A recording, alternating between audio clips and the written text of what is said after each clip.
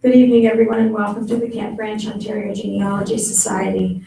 It should be a very, very interesting evening this tonight with Brian Anderson talking about Baldoon Settlement. We have a few things. Here. There. Sometimes it's stubborn and sticky the first time. No? Like this? No, now we lost her. Oh, that's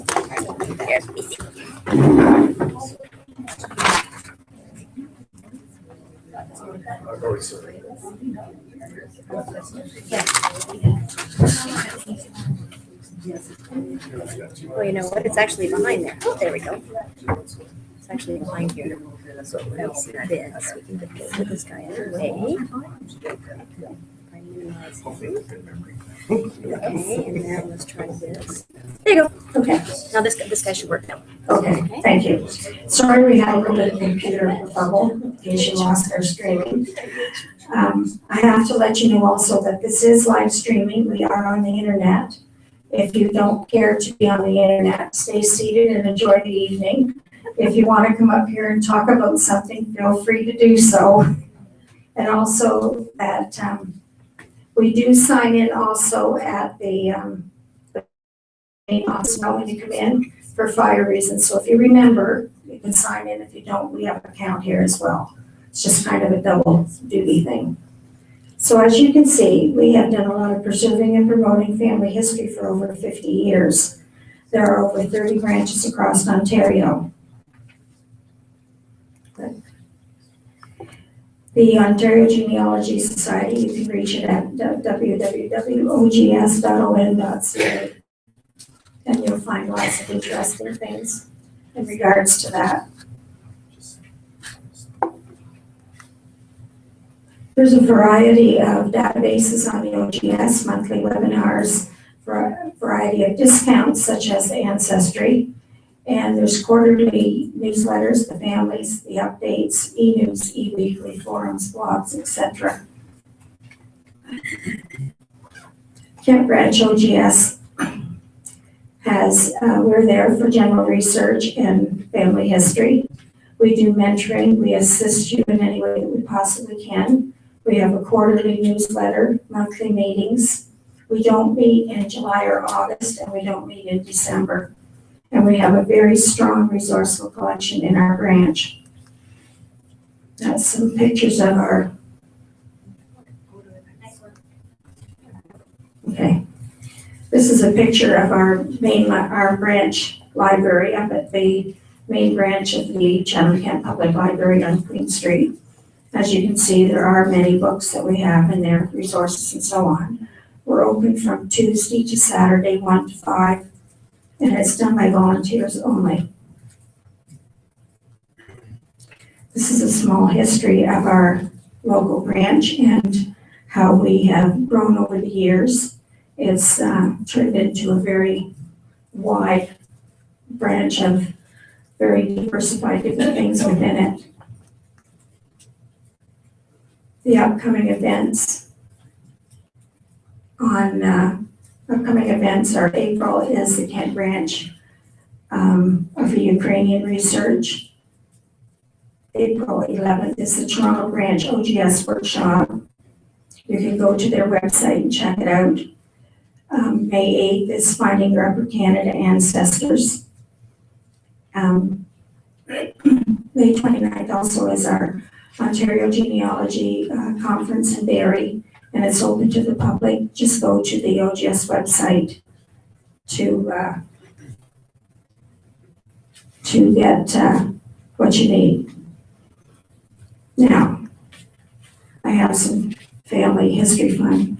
These are just little quirks that I found this past month that I thought you might like to read. So it's death certificates were not filled out by the person who died. A cousin once removed may not return. Research in one country which leads to another county will only be revealed on the last day of your holiday. The headstone you are searching for is always in the furthest corner from where you started. If you find a query in a periodical or web post that gives you the names you're searching, it will be a query that you placed 5 years ago or more, and you forgot that you did it. The courthouse library containing info crucial to your research will be closed for renovations the day you arrive. And lastly, it is a little known fact that St. Peter checks your family group sheets before allowing you in the pearly gates.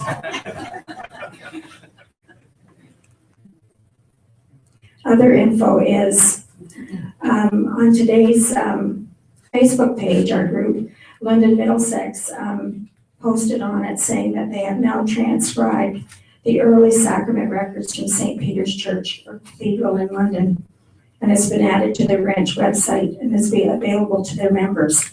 The reason why we posted this, we thought sometimes it's great information. Some people have things that are not in Chatham Camp but are in London, and you could maybe check this out and see if some of your ancestors are there if need be.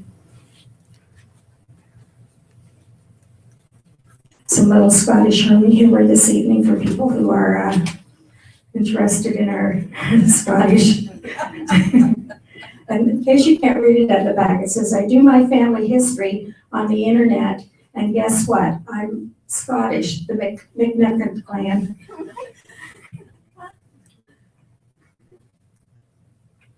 I'm clicking.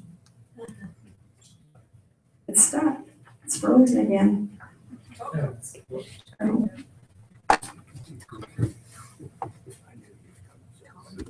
Okay, we now have, Tom wants to come up and give us a little talk on his Book of Common Prayer that he got, and so on. So here's Tom.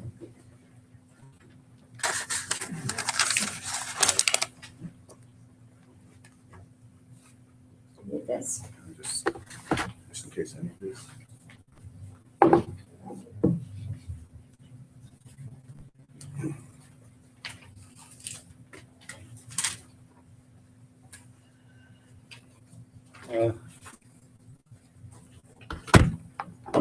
The continuing saga of the prayer book from Church of England, 1764, and I've told you about this before and how I acquired it. And it was through something I had to do with DNA testing. And with that DNA testing, it came with an obligation, because the DNA test was free, that I submit 4 generations to Ancestry, which I was reluctant to do, but you know, they got the hook there. They got me, and they got many others so some of you also did it. So anyway, that was up in Ancestry, and that worked out extremely well.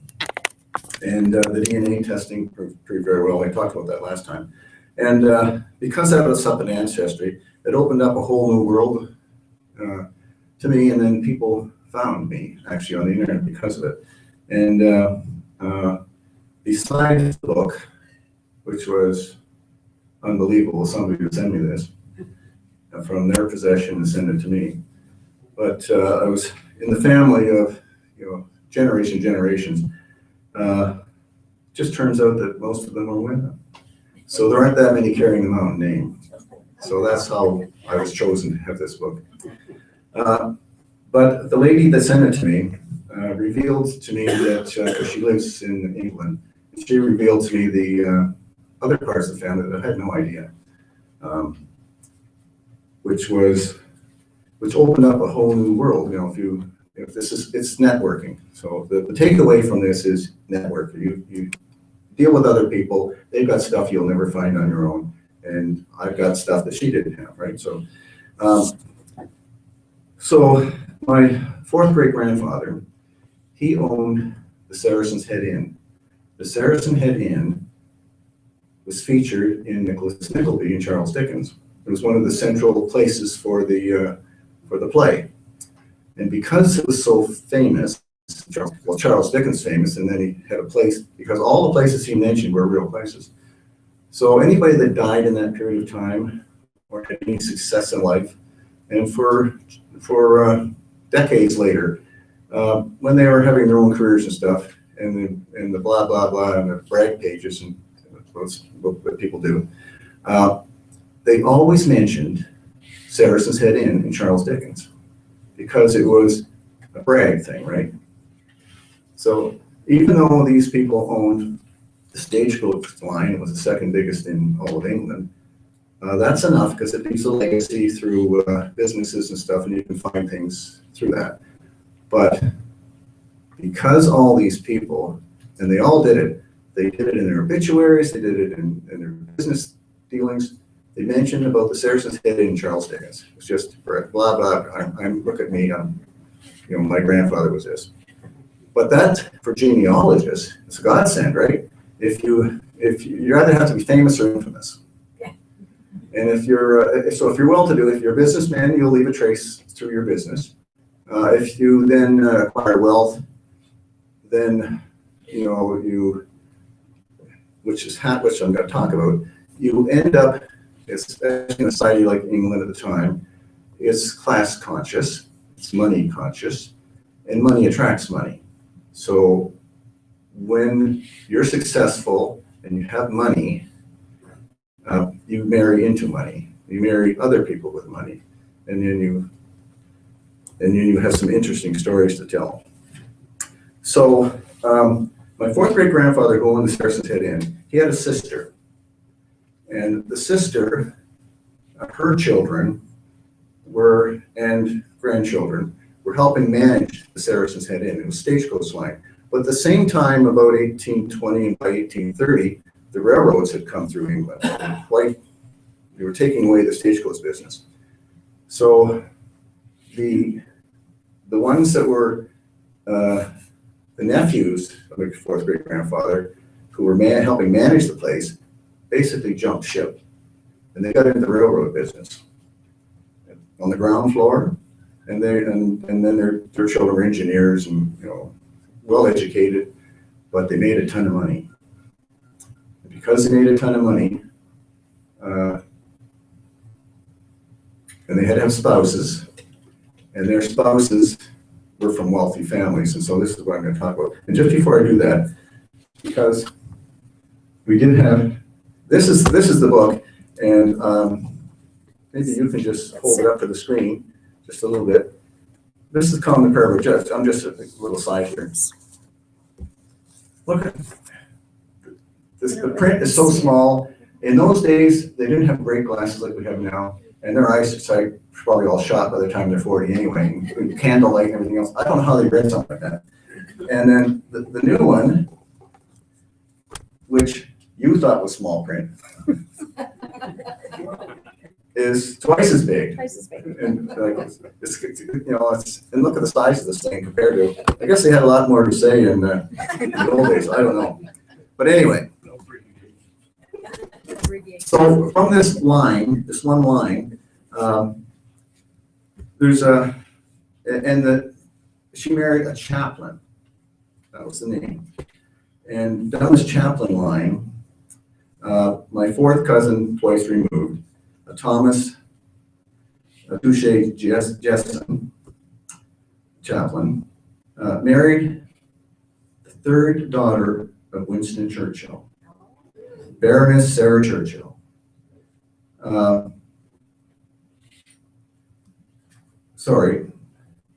Joan Chaplin is my fourth cousin, twice removed. She married the Thomas Touche Jesson, and their marriage lasted, I don't know, it was probably 30 years or something, and he dumped her, and then he married the daughter of Winston Churchill, Baroness Sarah Churchill. It was just an interesting thing that I found that, but money follows everybody around me.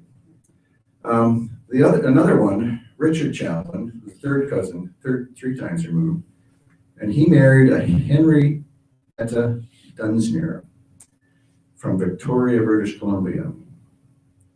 And her father was Robert Hamilton Dunsmuir.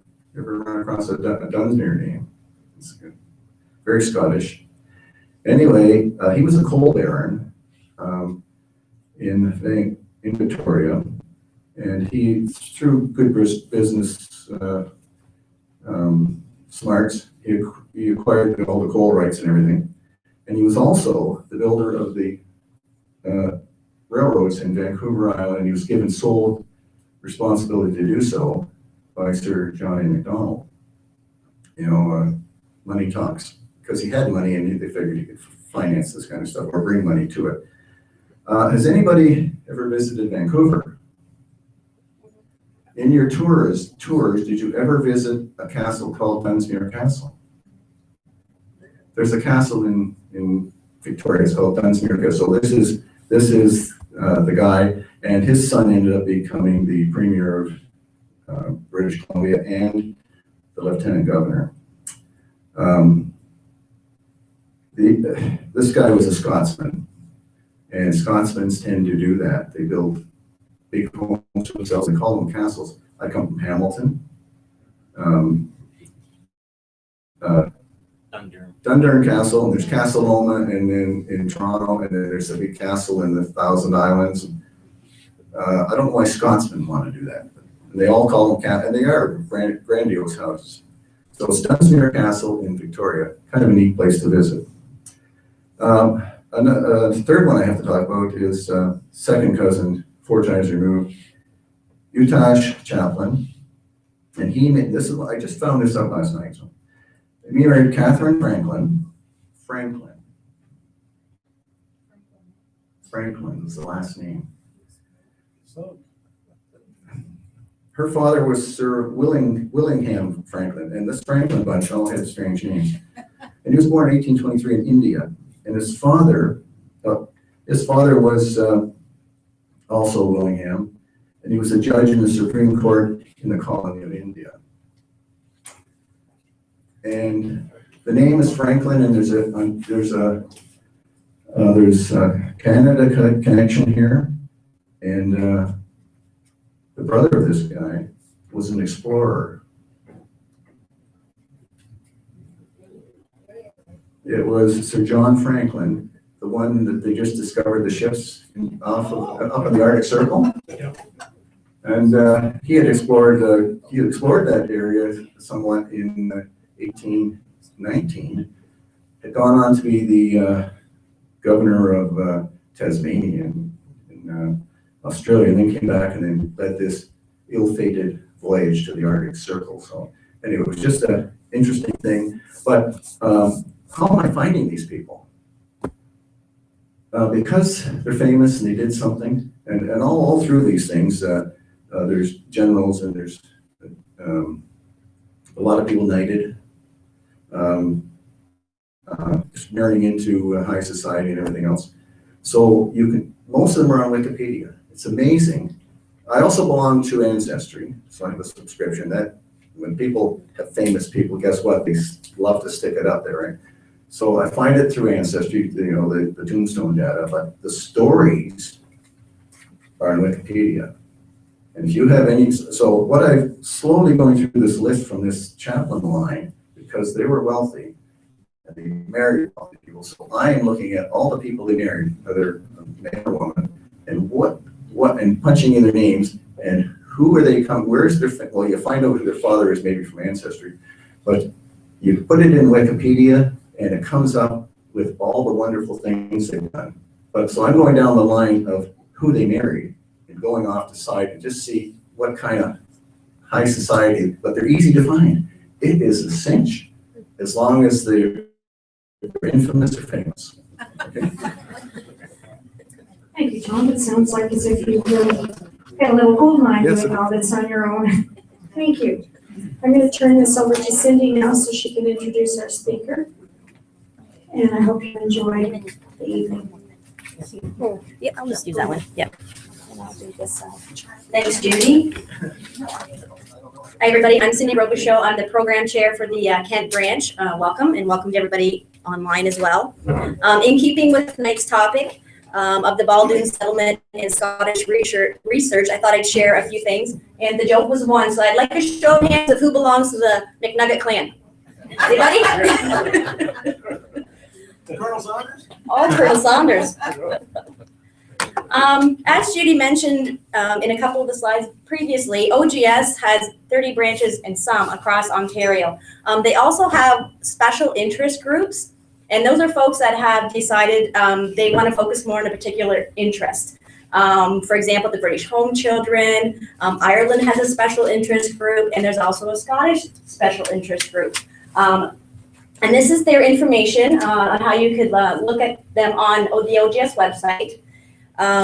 They have lots of great things going on there. I just wanted to share, they're having a symposium, I think it's August, and it's in Brantford. It's a one-day Brampton, and it's a one-day symposium. If you're interested in that, go to their website, and there's more information there. Christine Woodcock is actually the chair of that Scottish SIG group, and she is the resident Scottish expert, I guess. And I asked her if she would mind sharing a few tips with us. So she graciously did that. She spoke at one of the OGS webinars that Judy also mentioned OGS has for their members. I believe it was in January. So if you're a member of OGS and you missed it, it's archived on the website, so you can go back and take a look at that. Two of the main things Christine said were the most important points for anybody just starting to look for any Scottish family history. Number one was using Scottish people. The Scottish People website, I guess, is superior to Ancestry or Find My Past or Family Search, as they only have transcriptions. I do believe that Scottish People website is a pay site, though, but she said that it's one site that's worth the while, worth the money, and it will be a great help to you when you're researching, and that's the website as well. The other thing she mentioned was the Scottish naming patterns.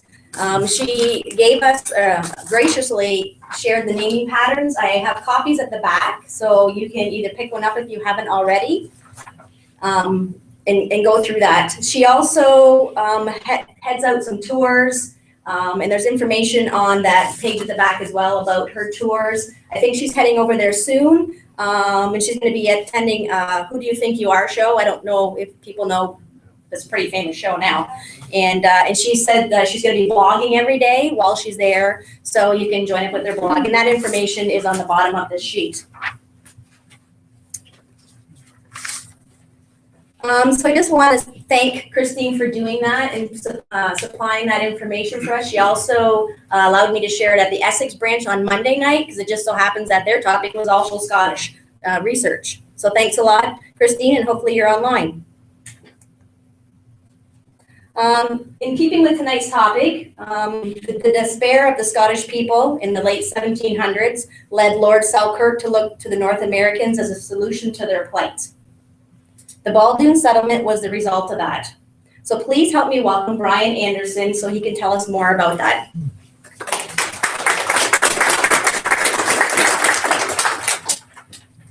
This a little bit. She's just pulling up your website.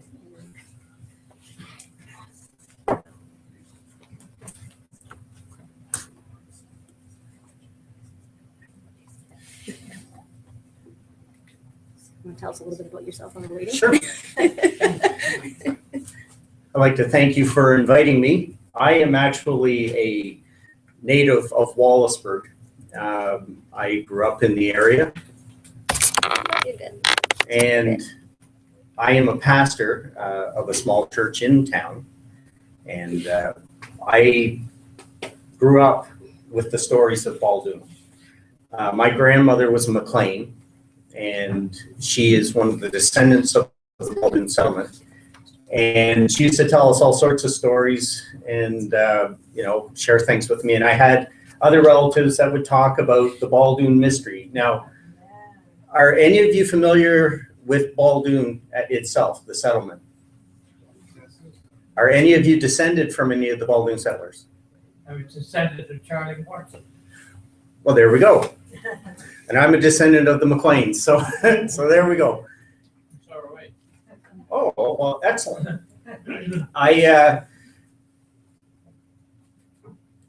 When we get to a certain area, especially for the Morrisons, I apologize. Alex McDonald, he used to like to embellish things, and so he talked about the character of the settlers. And I don't want you walking out part way. But many of you are familiar with the Baldoon mystery. And that happened just outside of Wallaceburg, along the Snai. And it's some of the superstition that the settlers brought with them all the way from the Hebrides, and it impacted them. I'd like to recommend, before we start, 2 books. In a general sense, if you want to know anything about Baldoon, these are the 2 books that you need to have. The first one was written by my mom's first cousin. It was his thesis. His name is Albert Edward Douglas Mackenzie, goes by Doug. And he wrote this book called Baldoon. It's a small book. You can read it in one sitting. It's a fast-paced book, but it gives you a good history of Baldoon. It'll tell you about the settlement. This book, some of you might be familiar with Lucille Campy. Any of you familiar with her at all? Lucille Campy is a historian, and she's written many books, and this is an excellent book. You won't be able to do it in one sitting, but it covers more than just Baldoon. It talks about Belfast in Prince Edward Island, Selkirk's first settlement. It talks about Baldoon in a little section, and then it focuses mainly on the Red River settlement out west. And it's all about Selkirk himself, but it basically is talking about each of his settlements. So this is an excellent book. This is also a great book for seeing the charts. If you ever want to see the charts of who the settlers were, I'm actually going to show you some charts on the PowerPoint, and you can't read them. I apologize. The things I'm going to share with you are things that you will be able to find yourself online. A lot of the records are now available online. The problem is whoever did the photography of the records didn't get the focus in enough. And so many of them are blurry. And so I will tell you what's on the screen. You probably won't be able to read it. But excellent charts. Was that book done about 10 years ago? Which one? Lucille's? I think about 10 years ago, 2003, I think. Yeah, 2003. And they didn't get the charts that clear then? Oh, no, she doesn't put the actual pictures of the charts. Hers are transcriptions. And but the actual charts out of Selkirk's papers have been done by the it's Heritage Canada. And they did it, and it's excellent. I really commend them for all that they've done. But whoever did the photography of it must not have focused it enough to make it so that if you copy it, it's legible to read.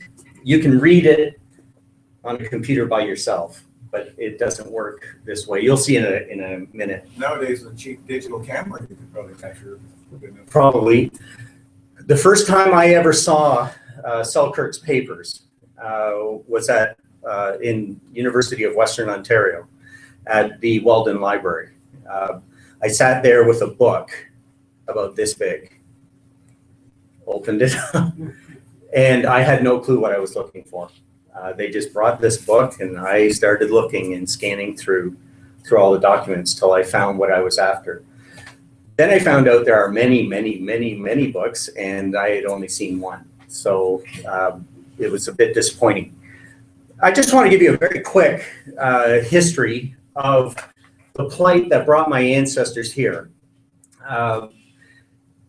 After the failed attempt to put a Stuart back on the throne in 1746 at the Battle of Culloden,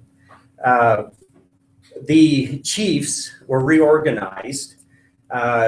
Some no longer held land, other ones gained land and were in a position of needing to clear area because a new economic feature had arrived. Instead of the old feudal system that they were using, they decided to have large farms of sheep.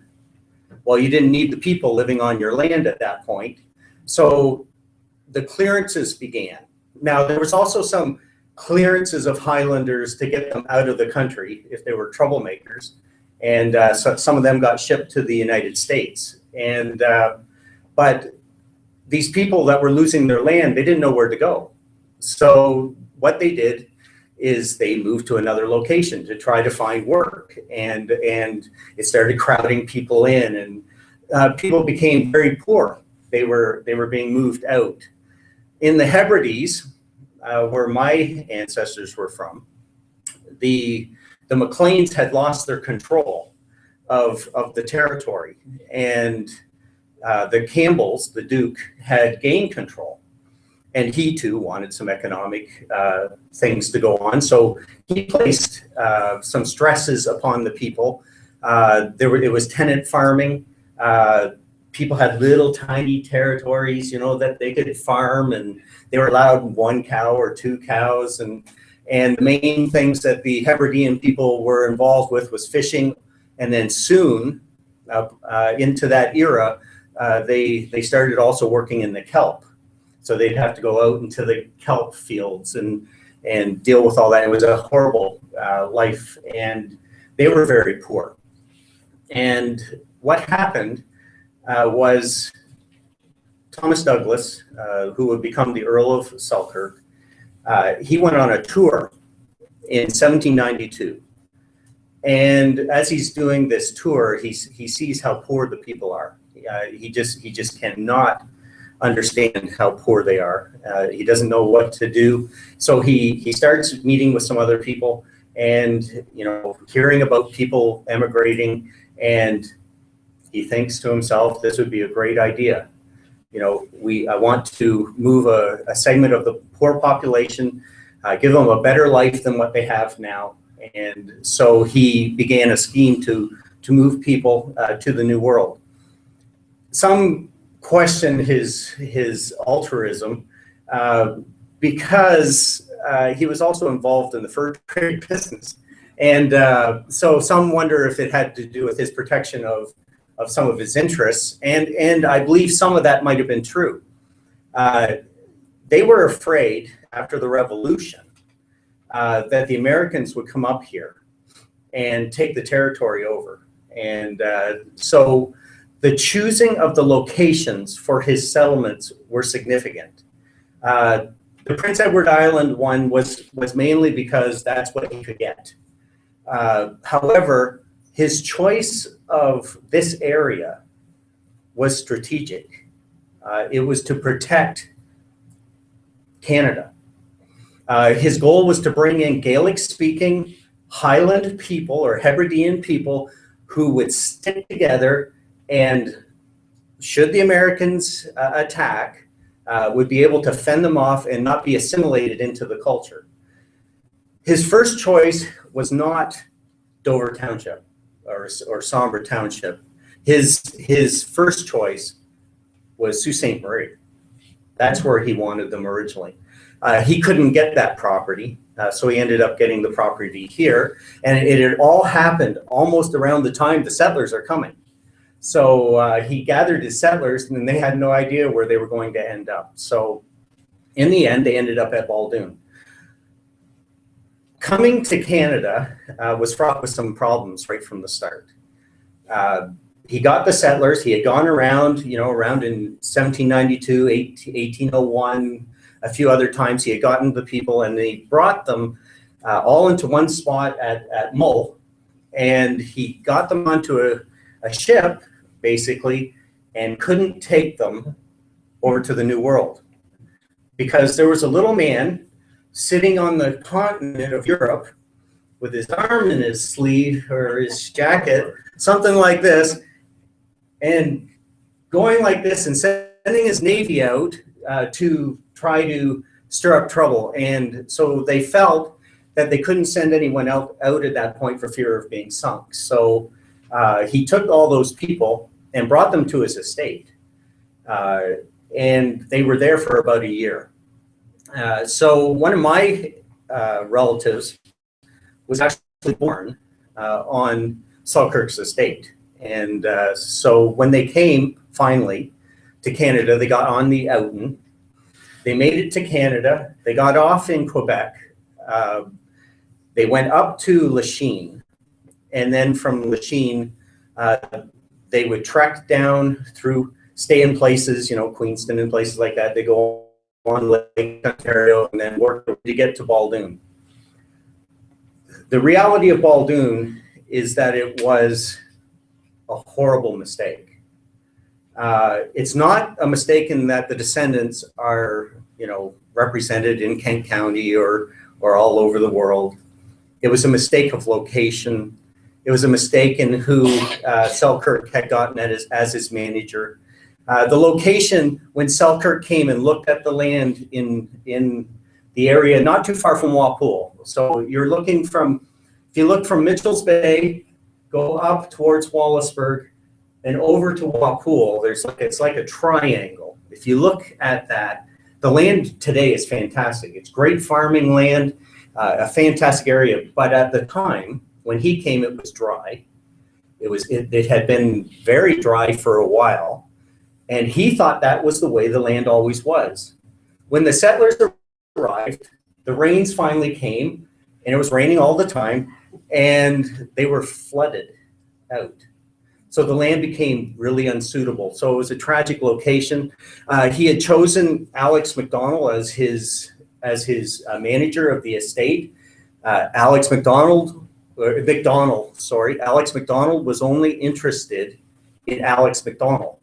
And he was the sheriff, I believe it's Kingston. I want to say Kingston, but he was sheriff up that way. And he was located in York for quite a bit. So he wanted to move his political career. So really, he was an absentee manager of the farm and the settlement. And the result was a lot of bad things happened to the people, and a lot of them died. And he was absent for it. And when he did arrive, he would send something off to Selkirk and try to get Selkirk to do something, but really McDonald should have been doing a lot of this. And eventually Selkirk caught on and finally fired him. But it was almost too late at that point. So what I would like to do is show you, and there's only a handful of you out there, so hopefully on someone that is looking at this, show you what you can find out about this Selkirk settlement actually online. The records are now available online. So I'd like to share with you a story about my ancestor, Mary McDonald McLean. If someone had asked Mary McDonald McLean in 1804, Mary, would you want to go to the New World? In 1804, she would have said, absolutely. But if someone were to tell her that within 10 years, she would lose her mother, she would lose her husband, she would lose her property, she would spend another 10 years after the loss of her property to try to get compensation and then secure finally a piece of property for herself and then die. If someone told her that, do you think she would have left Scotland? But that's the reality of what hit for my family. And so I would like to share what you can find, and maybe it'll benefit you. I will get to a place in this where there is a lot of information about what you can find in Kent County. There are things that you can find about your relatives in Kent County. If they date back to the War of 1812, if they date back to the Rebellion of 1837, there is information that you can find. So I'd like to begin this. I'm going to skip through some of this for time. So once you've started looking for your ancestors, especially if they're Baldoon people, and you've gone to newspapers and you've done the OGS and you've gone to all sorts of places, the number one site I think you need to go to is the National Archives. And I don't mean make an appointment to go there. Go on their website. there is information that you can find that they have. Two pieces of information that they have that would help you. They have the passenger list for the Oughton. Now, you have to understand, it's not when they got on in Scotland. It's when they got off and went up to Lachine. It's called the disembarkment list. And it's the list that they made after they were disembarking at Lachine. So that's the only information we have as a ship list for the settlers besides what's in Selkirk's papers. And that's the only knowledge you would have of who the original Baldoon settlers are. The other thing you will find at the archives is Selkirk's papers. Selkirk's papers are now online, and a lot of people don't know this. And I would like to show you some of this. So also, just for your information, Selkirk's papers contain Selkirk's diary.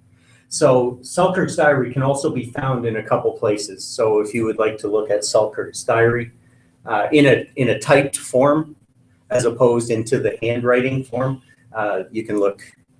So who would like to see the original Oughton list? Problem is you won't see it clearly. Anyone want to stand right here and look at the Oughton list? This is what the first page of the Oughton list. And if you look at the top, it says passengers and laborers for the Earl of Selkirk Settlement in North America. And then it starts giving names. And so this is the Oughton list. It gives the names of the families and their ages.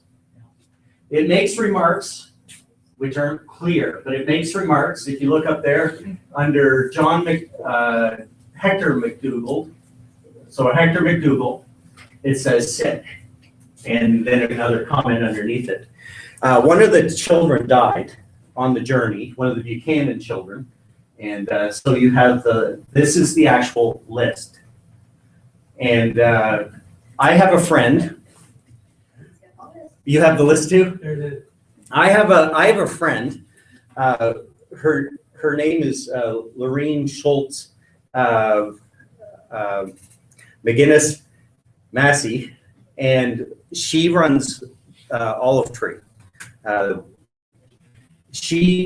have sent this to her, and so she is going to put this online so that people can actually get a copy of this. So if you are related to anyone in the Baldoon Settlement, you would be able to access this as well.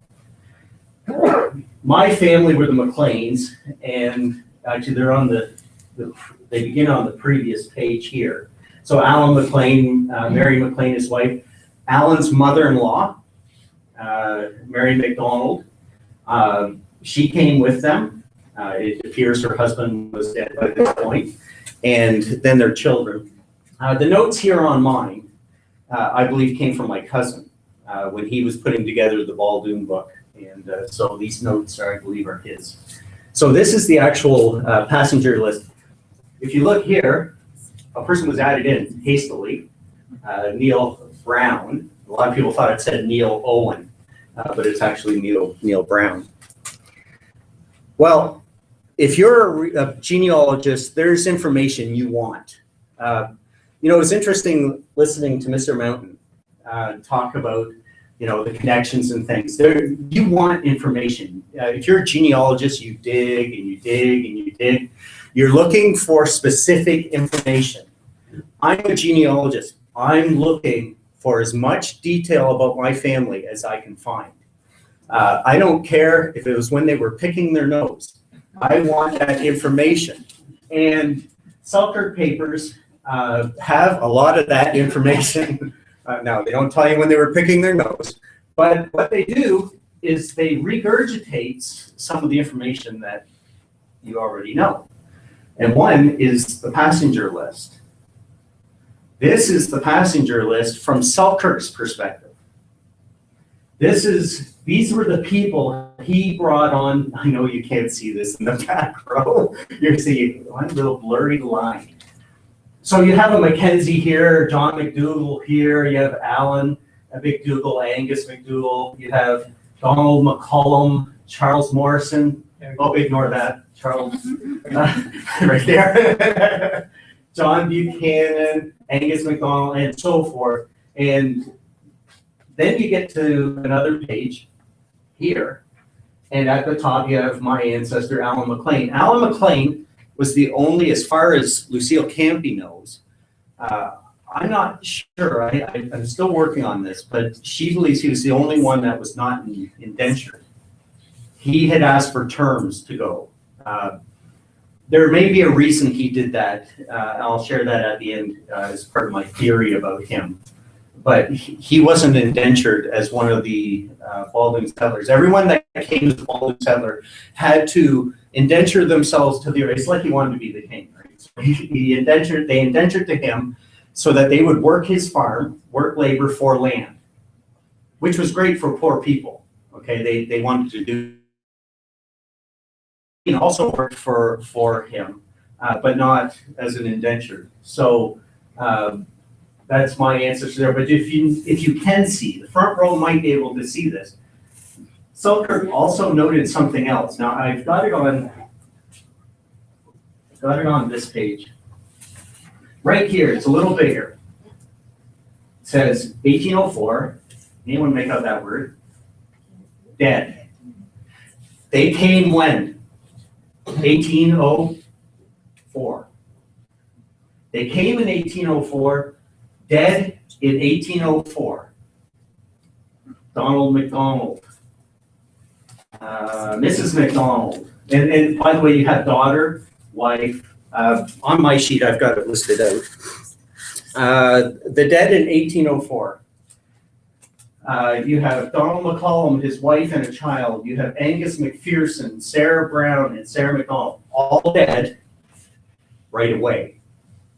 As soon as they got into this area, within a few days, weeks, they got malaria and they died. So immediately people started dying.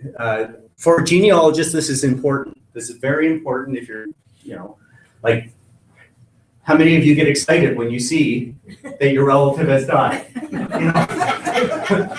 It's funny, you wouldn't want that of your own family, but if it's a distant relative or your ancestor, wow, that's great. I found a piece of information, they died. There was a high mortality rate. And this is that list in a bigger form. Notice it's blurry. I told you their camera setting is just awful. And so hopefully someday, it's an excellent site. I'm going to say this online. It's an excellent, excellent site, and keep doing it. But it could be better for visual.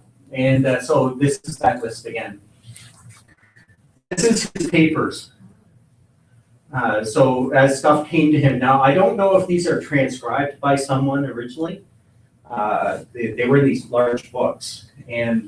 But on this page is another list of the dead. The date, November 8th, 1804. In this list, you have Mr. Byrne dead. You have Mrs. Johnson dead. You have Donald McDonald and daughter Catherine, which was on the other list. You have Sally Brown and child dead. Donald McCollum, wife and daughter Amelia dead. Henrietta McDonald, Alan McLean's mother-in-law, dead. Peter McDonald, Sarah McDonald, Angus McPherson, Johnson the shepherd's youngest daughter, dead. Old Stewart's son, John Stewart, dead. They're all dead. And then, as you move to the conditions there, they were removed from Baldoon for a while, all the way to Sandwich. The Mackenzies were so sick, they could not remove the Mackenzies. They were still stuck in Baldoon, but everyone else was removed. And if you read this, it says, the remains of the men, Alan McLean, Alan McDougall, Donald McDonald Taylor, to distinguish him from the other Donald McDonald, Alan and John, sons of the late Angus McDonald Sr., Alex McDonald McPherson, a son of the late Alex McDonald Piper, a son of the late Donald McDonald and Alex Buchanan. And of these, Alan McLean is the only one who is able or willing to work. That's how serious the conditions were and how sick these men were. And on that went.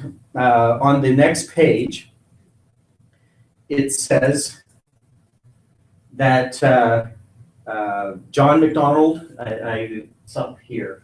John McDonald is very ill. John Buchanan's his death was the 30th of, if you know what that says. And then John McDougall and Charles Morrison may die. So it's a very sad situation that was going on in Baldoon. So he puts the plea out. Now he was away. He finally shows up, and by the way, Selkirk doesn't get these for months, so they have to weather through all this during that time. And then obviously Alex McDonald goes back to York, and he wants to do his own thing, but he wants to move them out. Well, Selkirk will eventually tell him to move them out, but Alex will say things are fine and ignore what Selkirk says. So things will just keep deteriorating. But interesting, he gets talking about the sheep. They had 1,000 whatever sheep. They had brought them through from 2 different directions. And notice what was in this area. Wolves, rattlesnakes were killing the sheep. And because of the conditions, the sheep were away from the farm. They were away from the people. So I'm not exactly sure where they were, but wherever they were, that's what was happening to a lot of sheep. They were dying. So so he refers to the things going on there. There were land grants given to Selkirk, and Selkirk and Alex McDonald referred to some of these in the paper. And so he'll get talking about, giving grants to, I want to get to the spot, giving grants to the people, and right here.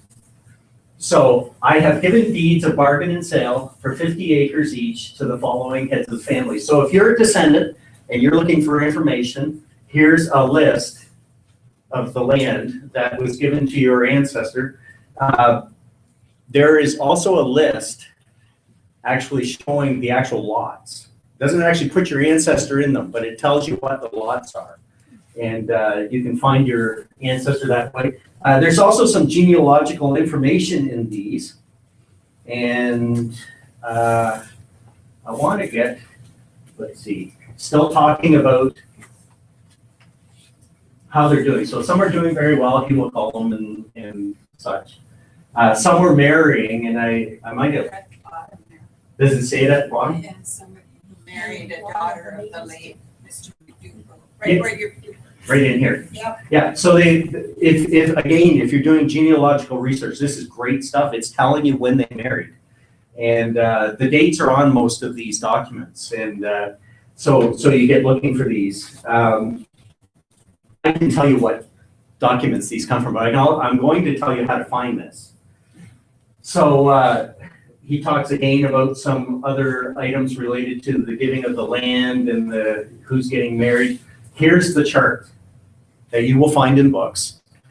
The original land given, 200 acres, and then 50 acres, and then another 50 to people that worked. By the way, there were people from Kent County that worked for the Selkirk Settlement. If any of you have Crow family, Crow is Matthias Crow. I'm a Crow descendant. I'm trying to figure out who Matthias Crow is. Is it another name for Thomas? I really don't know. Turner.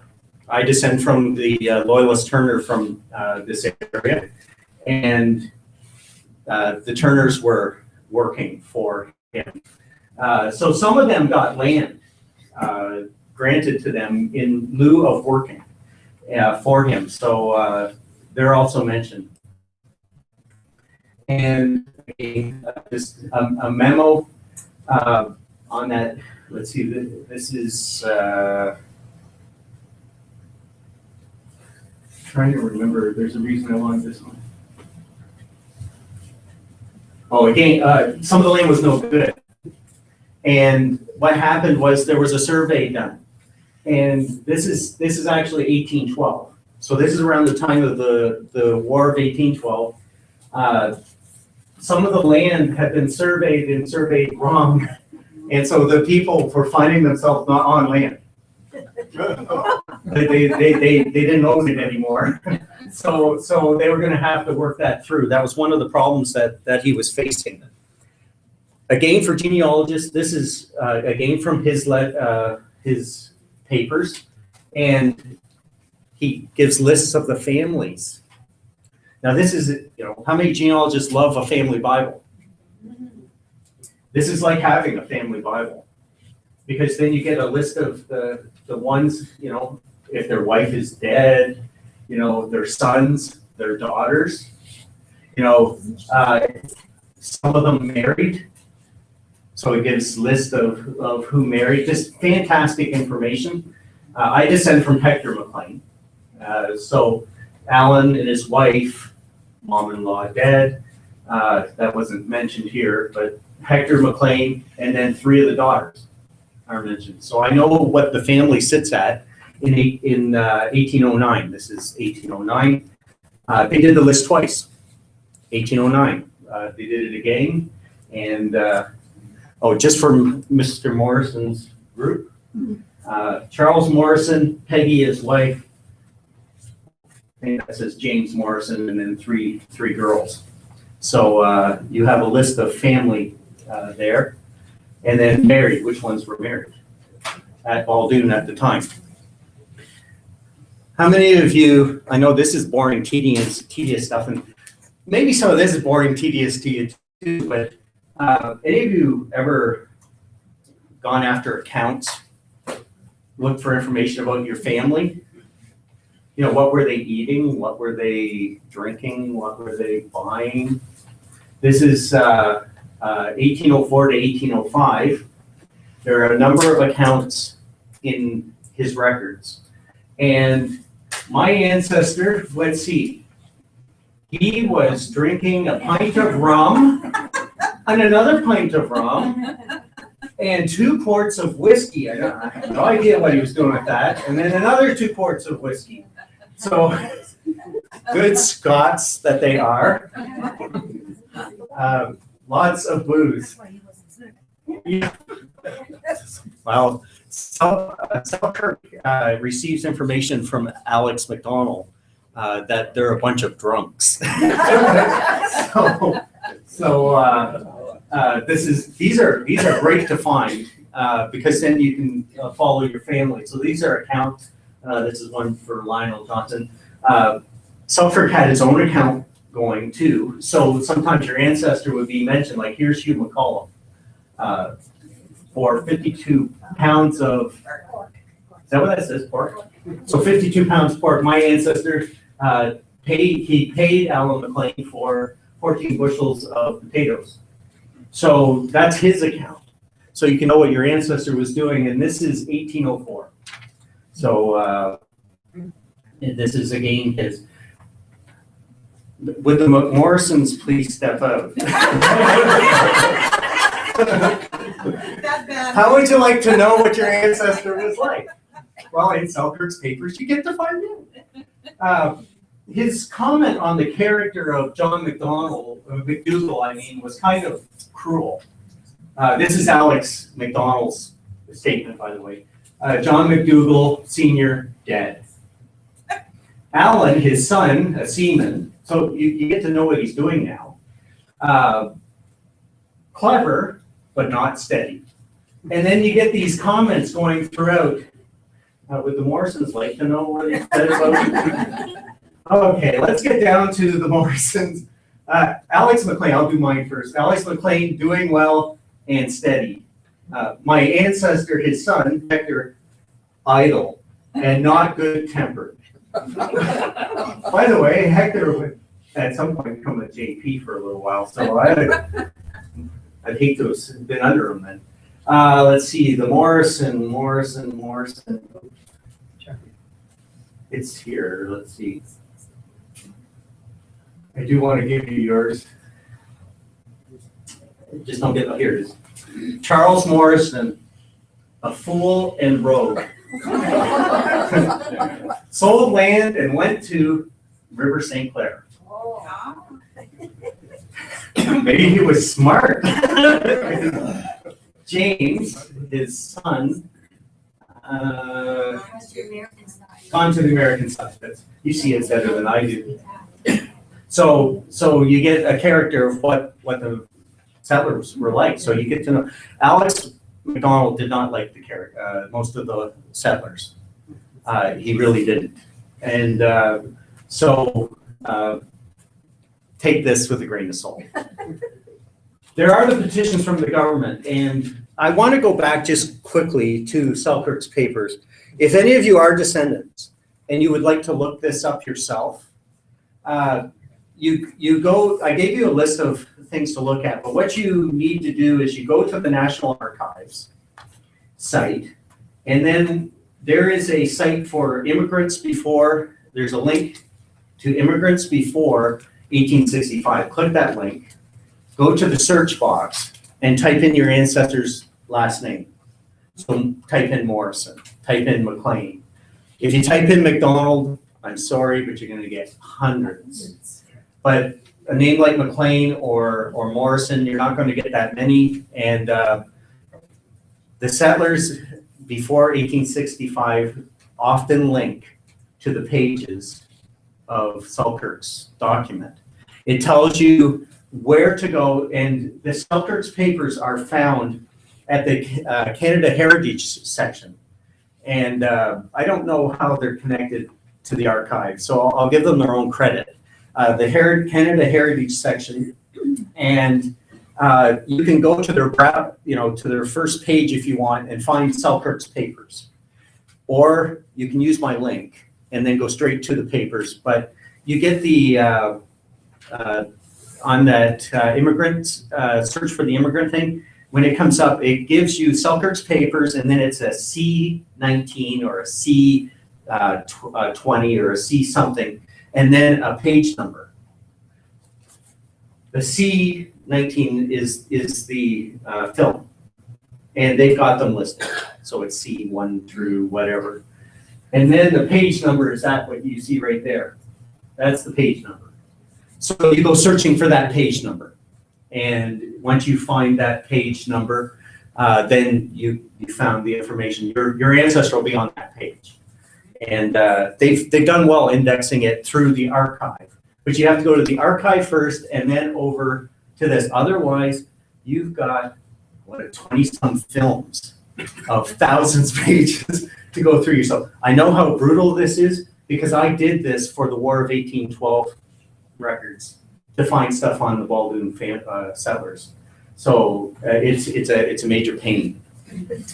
I love finding petitions. To me, this is one of the greatest things going, especially my loyalist ancestors. But Selkirk also petitioned for land. There are scats of petitions that he did, and I'm not going to bore you with these. Most of you aren't descendants. I'm going to skip through a lot of these, but these are examples of his petitions. I just wanted, if I can get to the one.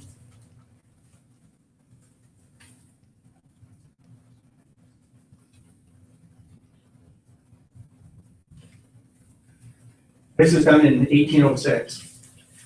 And it gives the list of the heads of the families, so the list of the settlers. And so there's Charles Morrison right there, right in the middle. So you get to see, you also get some clues as to where some of them are from. Kirkland is a place. And even in Selkirk's original list that he put in his book, he gives a place for some of these people. Some were from Oronsay, some were from Kirkland, some were from, one was from Glasgow. You know, he shares, my family was from, I never say it right. I always say Tyree, so it's some other thing, it's Gaelic, so if you can say it in Gaelic, then you can help me out. By the way, all our ancestors that came spoke Gaelic. They spoke Gaelic when they were here. And so you can find these lists. You can also find the list in this in these petitions of the actual lots that he got and their locations. I'm going to skip again. I want to get through these because you guys want to get to some good stuff. Everyone knows how to find petitions, right? Everyone knows how to find petitions? You Google National Archives of Canada. So go online, Google National Archives of Canada. When you Google, I think I've gone by the other list, but there's another list and it shows widow of. So it was 1 year later and widow of. And so I just wanted to show you that. So you Google National Archives, you come up with the link for the National Archives. You want a specific page. That page I've given you the link for. So if you want to type this out in your top bar, it will take you to the right page. Otherwise, you got to search for this page. You want the list of everything that they have. It's an alphabetical list or a category list. Choose the category list. I like the category list. And what you want is the Upper Canada Land Petitions database. It's the index. And what you do is you do a search for the name you're looking for. So let's say it's not a settler. You know, let's say it's someone from Kent. So give me a name. Taylor. Okay, if they're early Kent, this will work. Okay, an early Taylor in Kent County. Type in Taylor. You can type in, if you want, the name. You can put a wild card at the beginning or the end. You can't do the old wild card, you know, to get everything. You just beginning or end, and then it'll bring up every petition that's been done. In these indexes, once it comes up, it'll give you a real number. Now, petitions are done really well. Okay, that real number, you copy that down. It'll be C something. Usually see something, and then you take that and the other information it lists. One of them is the number for the petition.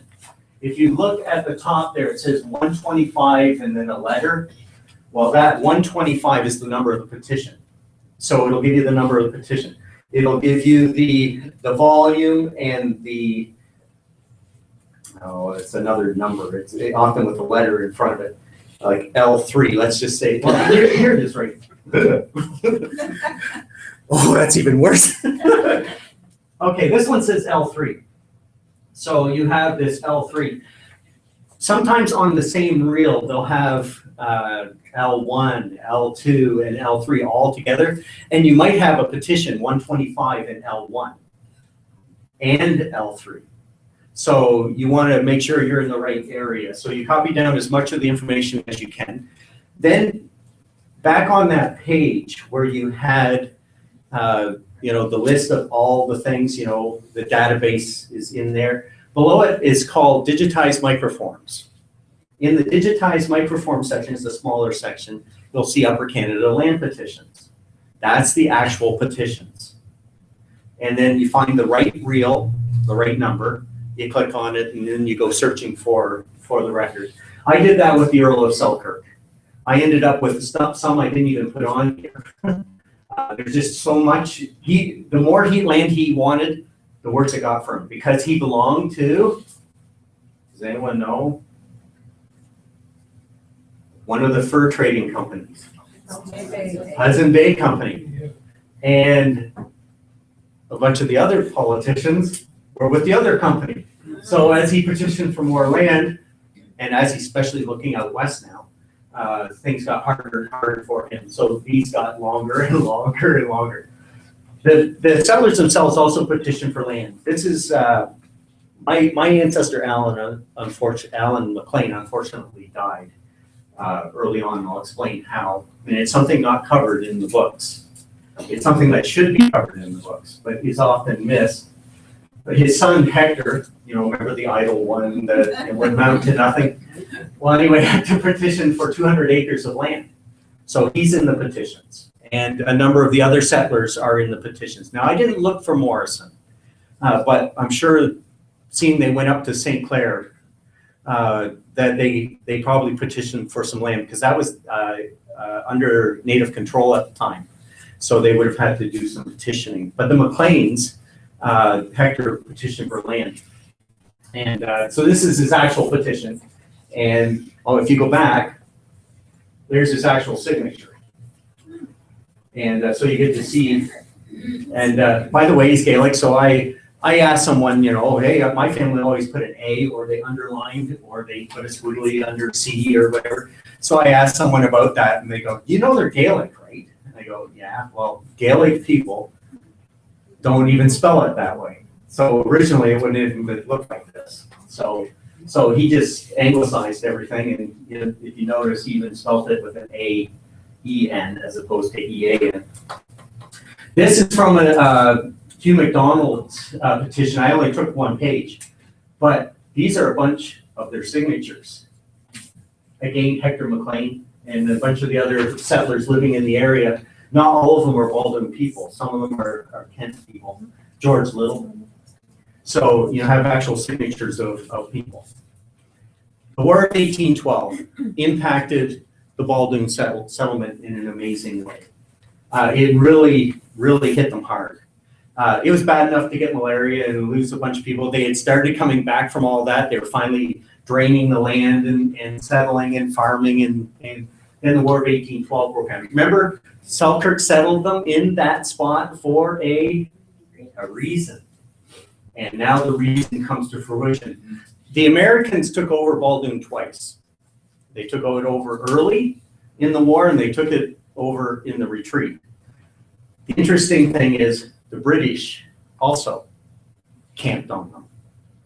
And I never knew that until I looked into these records. This records you have to browse. Unfortunately, they've never been indexed. So you can find these. Again, I have the links on this sheet. You can find these on the archive site, and then I'll give you a hint. You click onto it, it'll bring up that actual thing, and then they have this help section. You open the help section into another tab, and then it gives you a list of what's on each of the films.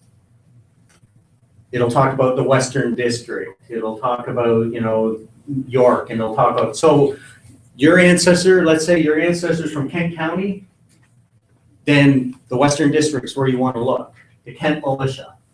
So if your ancestor was alive then and possibly had served in the time of the War of 1812, then they will be listed in there.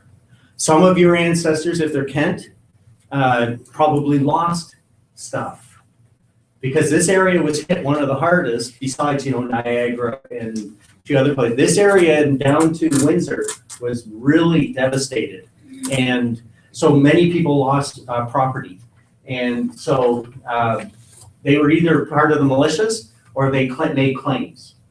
This is an example of a muster list. The only reason I have this one up here, and then you can read it, and I probably won't find him now. No, he's right there. No, yeah, I think he's right there. My ancestor is in only one muster list. Alan McLean is in this muster list from 1812. And at the time that they made the muster list, he's absent with permission. Like he was able to go home. A number of them will desert. You'll see this because, you know, farming's got to be done. You know, we go home. So this person here deserted. So he was absent with leave. And this is the other part. This is Captain Dolson, right? Mm-hmm. Yeah, John Dolson's company. So if you have any Dolson connections, this is his company. And the Dolsons will come up quite a bit in these records. How did the people of Baldoon fare, or even some other people from Kent? If you look at this is a bunch of the Kent people and how they fared in the War of 1812. And if you go down here, Laughlin McDougall, Neil Brown. Neil Brown, wounded and unfit for service. Laughlin McDougall, ditto. And some other people. Some of the other, some of your ancestors are in this, like there's Everett and Quick and Roach and Dolson and Glassner. There's McCollum, Patterson, on and on, Cole, just a number of Kent people just in this list. But it says, some deserted, absent without leave. Well, you get some over here. One of the McDonalds, and I can't tell whether he's a Baldoon McDonald or just a Kent County McDonald, was a prisoner during the War of 1812. So you'll keep seeing prisoner and when you find his name. So this is another pay list. This is a pay list. So what they were being paid for their time. This is the discharge list of John Dolson's company. And so what they were being paid. However, there was a casualty during the War of 1812. A number of my family started posting, or not posting, but mailing me things when they were doing research on the McLeans. And we found that our ancestor had died. And we had never read anywhere that he had died. We didn't know what happened to him. We knew that she was a widow. There are some census around from that time. And I was going to show those to you, but I couldn't find the actual source. I have them. This is early on in my genealogy time. Don't put this online. And early on in my genealogy time, here, source is so important. Well, I didn't source it. So I have all these census records with no source. And they're all transcriptions. So there are early census records, but all of a sudden she shows up as a widow. Well, there was a casualty. This is a widow's pension from the War of 1812. And partway down, I gotta find Kent, it's easier to see, here it is. It says, under M, Mary McLean, Mary, Alan McLean, private, Kent, casualty, 1st of February, 1813. He probably died as a result of the Battle of River Raisin and succumbed to some wounds. I'm not sure, but that's around the time that battle took place. And the Kent militia was involved in it. And so he died in the war. Okay, so he dies in the War of 1812. So you have the claims. So she puts a claim in. Now, she's on a pension, so she can't claim for his death. But she puts a claim in, she lost a heifer, she lost bushels of potatoes, and then she says, lost 2 log houses. Okay, so they put a claim in, and how much is she supposed to get back? 19 pounds. Other people put claims in and put for like 200 pounds. She put in for 19 pounds. It would take her till after 1824 to get the claim. I'm not even sure she got the claim.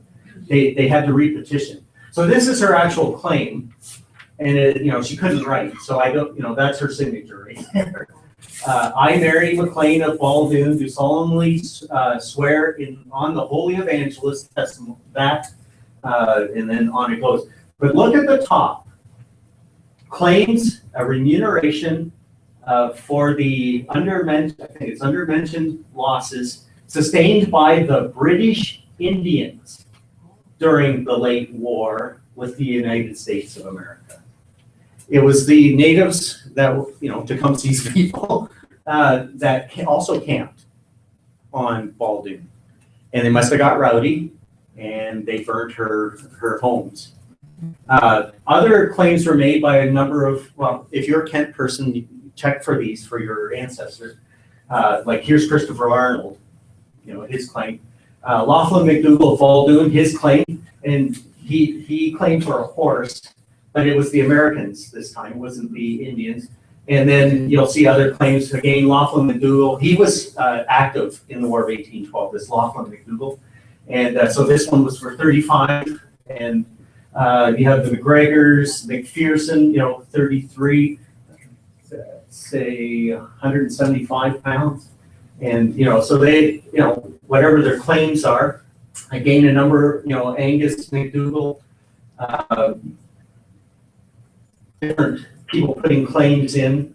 And so these are their claims. You can find their claims and what they lost during the War of 1812. I'm going to skim this now because I want to bring this to the Scottish research. Here's her 1824 one. One of my relatives got this, so they put this on there. But if you notice, the date is 1824, and she's still trying to get compensation for her loss.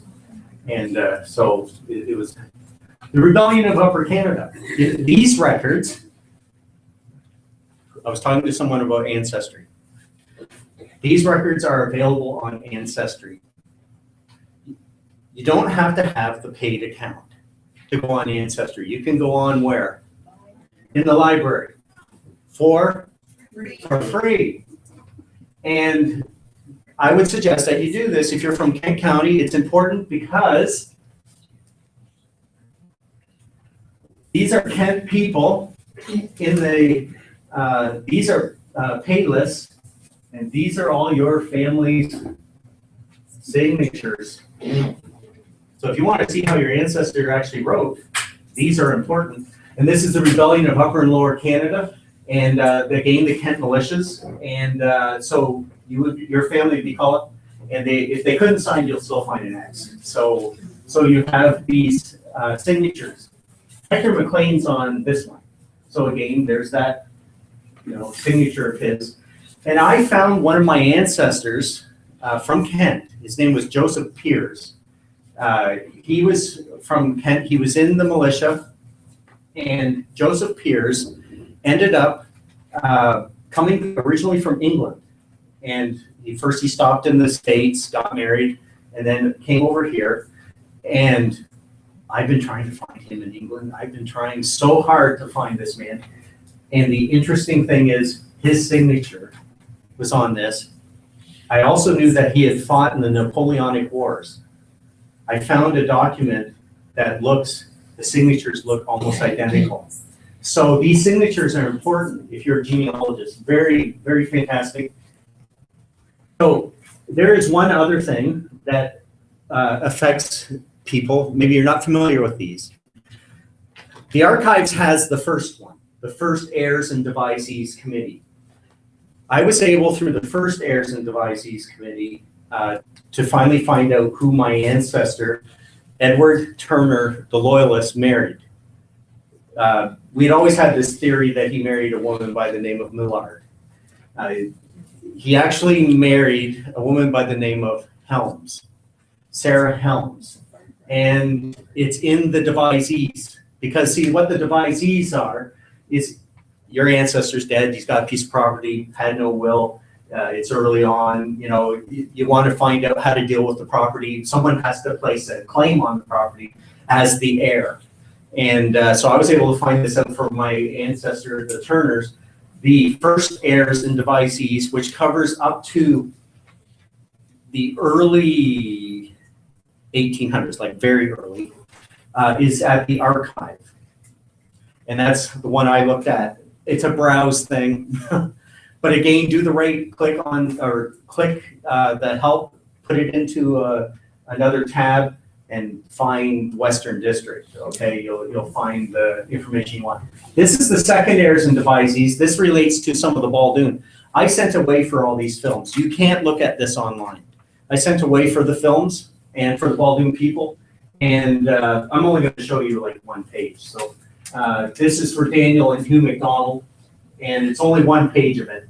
There's like 10 pages that go with this. The reason these are important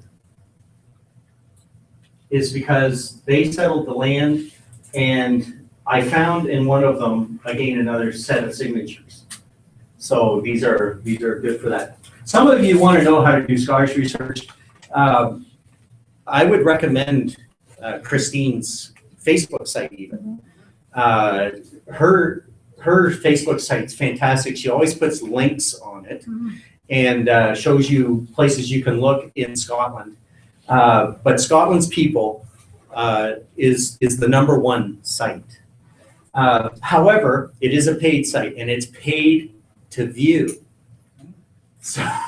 So you used to buy credits, and then if you wanted to look at something, it cost you a credit, 2 credits, whatever, and it quickly adds up. So you really need to know who you're looking for before you actually even look at a document. Well, they've changed that. You now pay a sum for a period of time. So it's for a month or for, whatever, a year even, you can pay a sum. But they're fantastic because this is what you can find. My family was from Tiree, T-Ray, an island out in the Hebrides. And I went to Family Search and looked at the IGI and looked at the baptismal records later when they started indexing all that stuff. And I found the baptisms for my family. And then I went to a fantastic site about the island of Tiree. It's called Tiree Genealogy. It's run by a guy named Keith Dash. And I found the transcription of the baptism. But as a genealogist, I want an actual copy of the thing. So Scotland's People is where you'll find these. And on this page, this is Hector McLean's down here. Hector McLean, son of Alan McLean and Mary McDonald, was born in Kennebec, Tiree. That's where my McLeans were living. By the way, that's where Donald McDonald Taylor was living. So 2 of the families were from Kennebec, Tiree. And Scotland's People will look at these. This is another one of their children, somewhere in there, and somewhere. And another one, and another one. And this one is using a little theory crafting that Alan might have been from Kennebec himself. This is the Gaelic way of writing it. You was baptized, Alan McLean, son of Lachlan McLean in Kennebec. And the year is about right. So you're looking at 1770. So you can find the actual parish records going back. This is from that Tiree genealogy, the 1776 census of Kennebec, the 1779 census of Kennebec. How many of you know that there was also a 1792 and a 1799 census? They're missing. Someone borrowed them, and they've been missing ever since. So they're missing. So it's frustrating because if I had those, I could confirm some of my own research.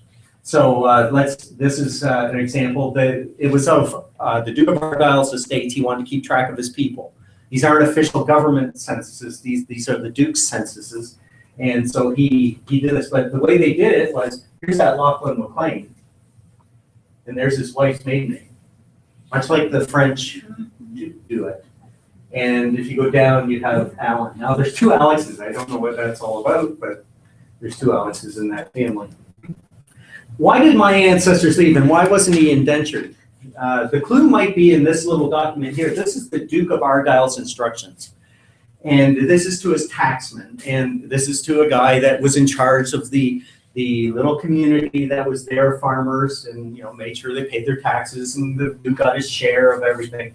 Well, the Duke felt that he wanted to get rid of some people, so he did an arbitrary little statement. Every 10th person that has a still is to be booted off the Isle of Tiree. I want you to know that every single person in Tiree had a still. So every 10th person, which just meant every 10th person. So if you look at every 10th person in Kennebec, you will notice Lachlan McLean Kennebec, Alan McLean, his son, the date is 1801. It's around the time Selkirk went through. And it's possible that this is him. And maybe he approached Selkirk and said, okay, I have nowhere to go. And I would like to join. I also in theory crafting that Donald McDonald Taylor, who was also living in Kennebec at the time, was Mary McDonald's brother. And that could also be a connection. The only problem with that I really have to wrestle with is why does Selkirk and Alex McDonald always refer to the mother-in-law as Alan McLean's mother-in-law and not Donald McLean's mother? And so that could fall through. So just some sites to check out. I would encourage you to join lists. If you got Scottish research, join the Roots Wed lists. Tyree has a fantastic one. And so join the list. Many of the Baldoon settlers were from Mull. And so there's a Mull list, there's a Cole list, not a call list, but a Cole list. And then check out Scotland's People, the Isle of Tyree genealogy. Most of these links are on your pages. And Olive Tree, make sure you check out her site. She does a fantastic job. Also, Tyree has a genealogy page. If you're a Tyree descendant, they actually have a genealogy page. There is a professional genealogist who does a lot of research in the Hebrides area. I don't know what he charges. He can let you know himself if you're interested. His name is Archie Henderson. And that's my presentation. Any comments, questions?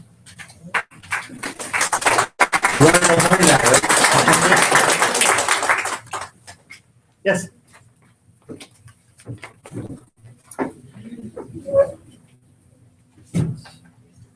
Check out our library holdings. We have some transcriptions there from the Aaron the Commission. We also, one of the people who was in Ottawa, I'm not sure if it was one of our members, copied and it indexed the War of 1812 losses. And those are in the filing cabinet. Okay. I should have gone to those first. Yeah, with the little label on there. Yes, I believe we have it, so I'm not sure it's all, they're bound. I'm not sure if it's all there or just excerpts. The Selkirk Papers. Yeah, probably relating to Baldoon. Because a lot of the Selkirk Papers relate to the Red River Settlement, and there's a lot of them. Question about Gaelic. Is that Irish and Scottish the same? Yeah. The two Gaelic languages are different. The Irish Gaelic is different. I don't speak Gaelic. I have heard it spoken, and you think they're swearing at you. But Gaelic is it's a beautiful language. But the Irish and the Scottish is a bit different. Different words, different nuances. I was trying to speak Gaelic just from Ireland, but anyway, what was it? McLean and McLean, MC and MAC. Are they Irish or Scottish? That used to be the old thing, and that's what I thought. Until I became part of a Facebook group from Tyree.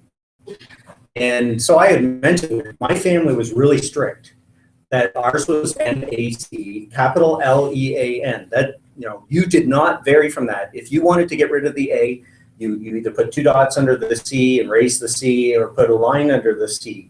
And we always thought that meant, our family was Scottish, and, we wanted to make sure it's Gaelic. Gaelic spells it completely different. It's, I'll probably get it wrong, but it's like MHIC.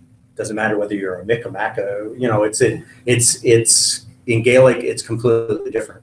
The word McLean is completely different. Doesn't look like McLean. And so they said it matters not, because in Gaelic it's different. I understand that Irish and Scottish are the same tribe. Is that correct? Ultimately, the original kings or the original tribes emigrated, but you have to understand a lot of Vikings came through and repopulated the area, and a lot of the Highlands went down to the south, picked up a few English and brought them back, or English went both ways. So to say that they're identical people now, you probably do a DNA test and it wouldn't show them as the same. But way back, the original tribes of a certain section of Scotland emigrated from Ireland, apparently. And like the kings of Dalriada, is that right? The kings of Dalriada were Irish. Where are the Vikings from?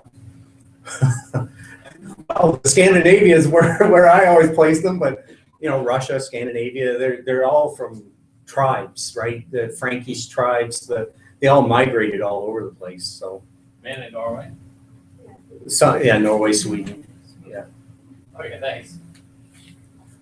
Well, that was fantastic. Thanks so very much. Well, thank you for letting me That was, share. I only have one Scottish picture, I just found it, so now I'm anxious to go check out all your websites on the handout. Now, are you okay if we put that handout on our website along with the recording so the folks at home? Yes. As Yes. well. So we will do that. For anybody at home, we'll put the handout that Brian graciously gave also on our website. And so thank you very Thank much.